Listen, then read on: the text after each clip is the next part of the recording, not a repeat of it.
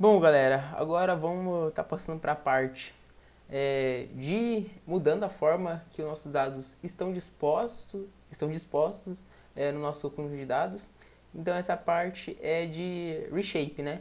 Então a gente vai estar trabalhando com a parte de pivotagem, as funções pivot wider e pivot longer.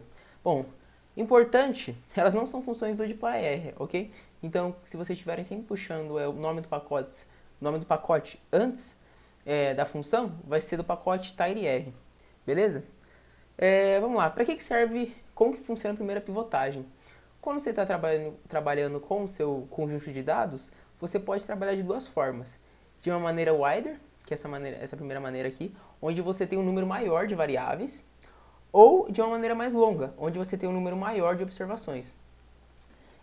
Dessa maneira aqui, você vai ter uma coluna para cada variável, e depois você tem um valor dessa variável na observação em si.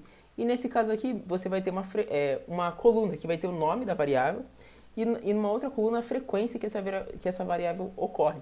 Então, como a gente já citou algumas vezes, se aqui fosse vacinados, então a gente tivesse vacinados 1, vacinados 2, vacinados 3. E aqui a gente teria em cada nomezinho, no meio, né, na maneira longa, a gente teria em cada parte desse aqui. Então, vacinados 1, vacinados 2, vacinados 3, por aí vai. E depois o valor desses vacinados, de pessoas vacinadas. Então, a frequência que isso aparece. São duas formas diferentes de você estar trabalhando. Tem alguma forma certa? Não. Depende do que você... qual que é o problema que você está tendo naquele momento. Muitas vezes, vocês vão estar percebendo que para estar construindo um gráfico no ggplot e você quer usar aquele facet, ou facet grid, ou facet wrap, você vai ter que estar você vai ter tendo que pivotar antes para estar conseguindo fazer os facets. Você vai perceber também que às vezes trabalhar com uma maneira wider, você vai ter um conjunto de dados com muitas variáveis, não é bacana. Então depende do problema que você tem, né? E importante falar que eles meio que funcionam de uma maneira reversa. Então você pode ter um conjunto de dados, pivotar para longo, e depois quando você quiser voltar para aquele maneira longa, é só você jogar um pivot wider. São funções que uma reverte a outra, ok? Então, vamos estar entendendo, só ver se está certinho. Tá. Vamos estar entendendo como que é a sintaxe da função. Como você escreve ela. Então, você vai ter seus dados, mesma coisa, jogou o pipe. Você vai definir as variáveis que você quer pivotar. Aqui, né, o pivot longer, que eu estou falando. Então, pivot longer, a função pivot longer, você vai escolher as variáveis que você quer pivotar.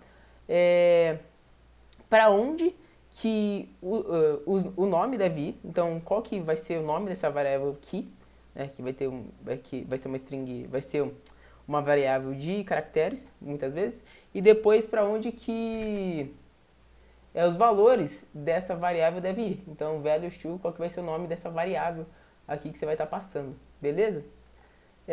No caso do pivot wider, é o contrário. Então, da onde que você vai estar pegando os nomes, de qual variável você vai estar pegando os nomes e de qual variável você vai estar pegando os valores para estar transformando nessa maneira wider, né, dos conjuntos de dados mais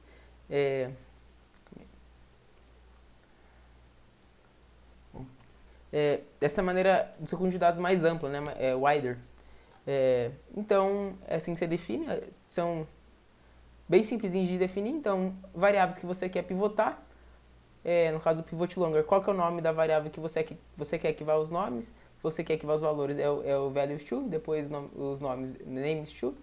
No pivot wider é o contrário, você vai estar passando qual variável você vai estar pegando os nomes e qual variável você vai estar pegando os valores, beleza? Vamos estar partindo já para os exemplos. Então, voltando para aquele exemplo de renda por religião, que eu já tinha apresentado na segunda aula, quando eu falei sobre os dados tidy, né, que esse conjunto de dados está no artigo lá do ICANN de 2014, que eu já tinha mostrado. Então,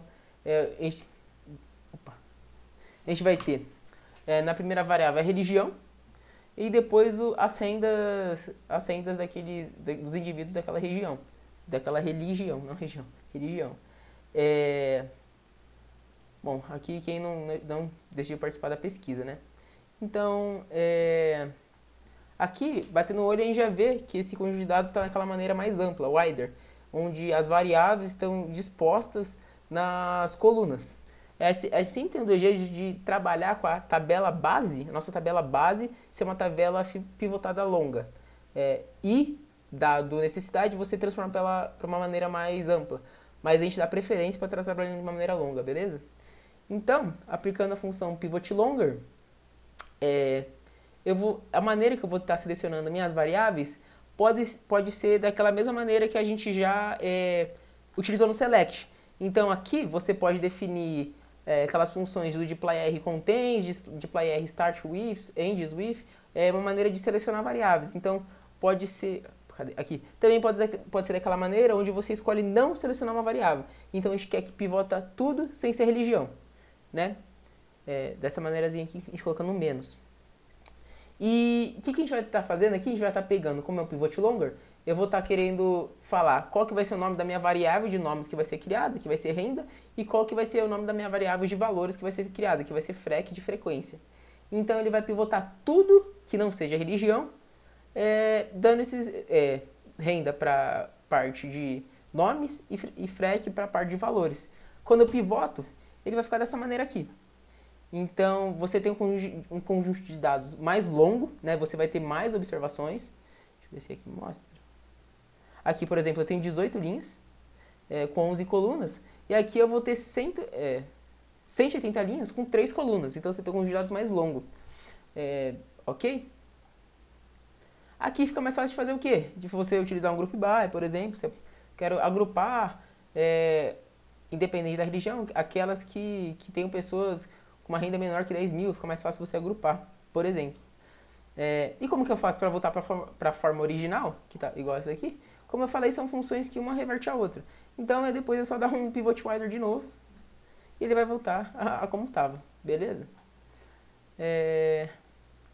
Bom, a parte de pivotagem, vou estar passando mais em exemplos para você estar entendendo melhor. Porque a gente vai estar vendo que não é uma parte, posso falar, palpável. Bom, eu vou estar preferindo passar mais exemplos porque é uma parte que a gente entende mais com exemplo, porque a gente vai ver a necessidade, né? Normalmente a gente usa o pivot long e pivot wider quando surge a necessidade, não é mais por só testar, igual o mutate, às vezes a gente só testa, quero criar uma variável nova só para testar alguma coisa. O pivot é quando tem uma necessidade mesmo, quero fazer um gráfico de tal jeito, preciso observar algum de dados de um jeito diferente, daí você pivota, beleza? Bom, vou estar trazendo um exemplo aqui do DataSUS, para a gente estar mexendo meio que como resumo dessa aula aqui, e depois a gente vai estar trabalhando com os desafios de novo. Então, como eu já falei dessa parte de pivotagem, eu vou estar encerrando essa aula aqui, e onde com esses exemplos do DataSUS e com os desafios do minicurso, a gente vai estar vendo mais, novamente, as funções de mutate, as funções auxiliares do mutate, então case when e o across, e novamente as funções de pivotagem já com exemplos. Beleza, galera? Então, pausar aqui.